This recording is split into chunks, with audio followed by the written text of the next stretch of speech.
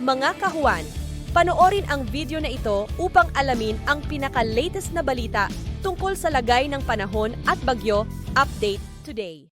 Narito na ang latest sa binabantayan natin na si Bagyong Aghon as of 5 a.m. ngayong araw ng Tuesday. So based po sa ating latest na bulletin, itong si Bagyong Aghon as of 4 a.m. ay huling namataan sa layong 315 kilometers silangan ng Tuguegarao City, Cagayan. At nasa typhoon category pa rin po ito na nagtataglay ng lakas ng hangin na umaabot ng 140 kilometers per hour malapit sa gitna at pagbugso na umaabot na 170 kilometers per hour. Sa kasalukuyan po ay kumikilos pa rin po ito papalayo ng ating Philippine landmass sa direksyong northeastward at sa bilis na 15 kilometers per hour. And kung makikita po natin sa ating latest na satellite image, yung mga kapal na kaulapan na nagdadala naman ng malakas na mga pag-ulan is mostly offshore or sa karagatan na lamang po ito nararanasan, bibihira na po or mababa na po yung epekto nitong mga kaulapan sa anong bahagi ng ating bansa. Ngunit asahan pa rin po natin ngayong araw yung mga kalat-kalat mga pag-ulan, mararanasan yan lalong-lalo na dito sa may kanlurang bahagi ng ating bansa at mataas din po yung tsansa ng mga localized thunderstorms, kadalasan po yan sa hapon o sa gabi. So monitoring po tayo ng mga thunderstorm advisory na nilalabas ng ating mga Pag-asa Regional Services Division sa pamamagitan po yan ng ating mga social media accounts.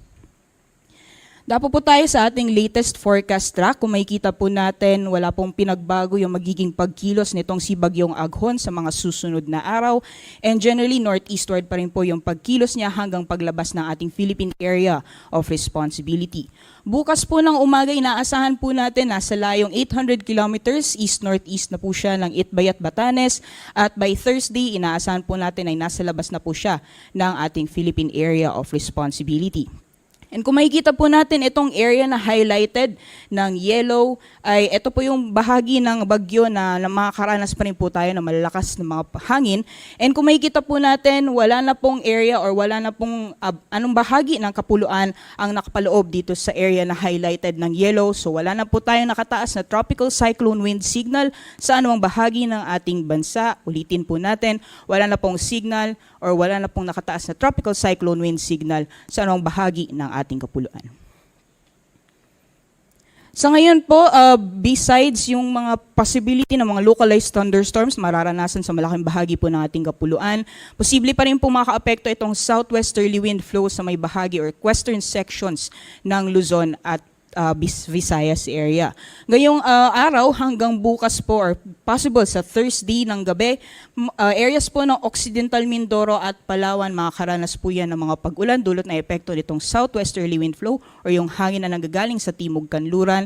Samantalang yung sa Western Visayas naman po dyan sa Antique, Iloilo at Guimaras, hanggang ngayong araw hanggang bukas ng gabi, posible pa rin po tayong makaranas ng mga kalat-kalat mga pag-ulan or mga lakas na mga pag-ulan. And then pagdating naman po ng Wednesday evening or Wednesday ng gabi hanggang sa Thursday evening, yung areas naman po ng Zambales at Bataan, makakaranas din po ng mga pag-ulan.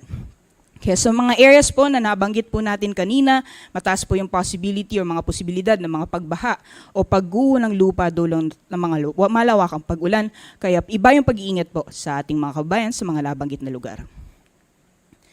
Sa kalagayan naman po ng ating karagatan, wala na po tayong gale warning as of 5 a.m. issuance po. Wala na pong gale warning nakataas sa anumang baybayin ng ating bansa.